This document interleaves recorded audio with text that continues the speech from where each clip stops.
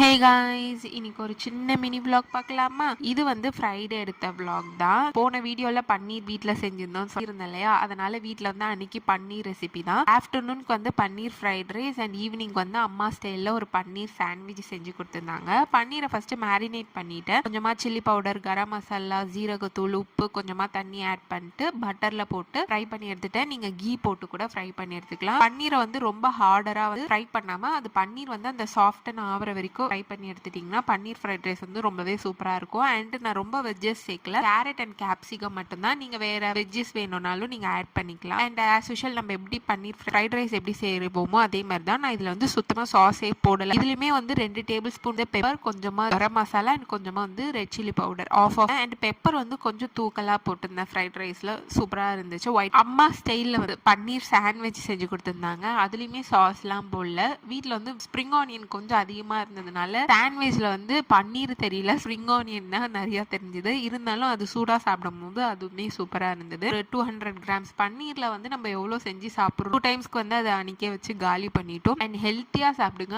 அதான் மெயினா. இப்ப இருக்கிற டேஸ்ல எல்லாம் ஹெல்த்தியா சாப்பிட்றதே ரொம்ப கம்மியாயிடுச்சு. ஸோ ஹெல்த்தியா சாப்பிட்டு ஹெல்த்தியா லைஃபை லீட் பண்ணுங்க. இந்த மாதிரி வீடியோஸ்க்கு நம்ம சேனலை மறக்காம லைக் பண்ணி ஷேர் பண்ணி சப்ஸ்கிரைப் பண்ணிட்டு போங்க. அடுத்த வீடியோல சந்திக்கலாம். பாய்.